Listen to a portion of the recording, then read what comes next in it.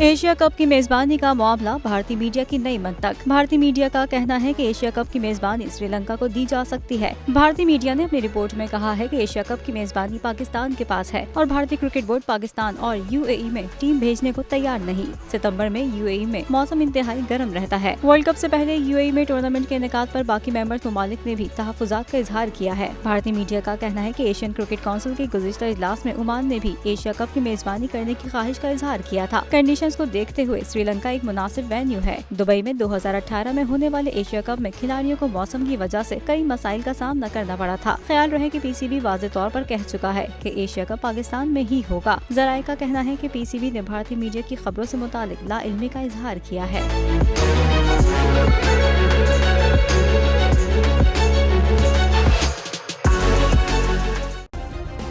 Subscribe करें और bell दबाएं ताकि कोई खबर रह न जाए।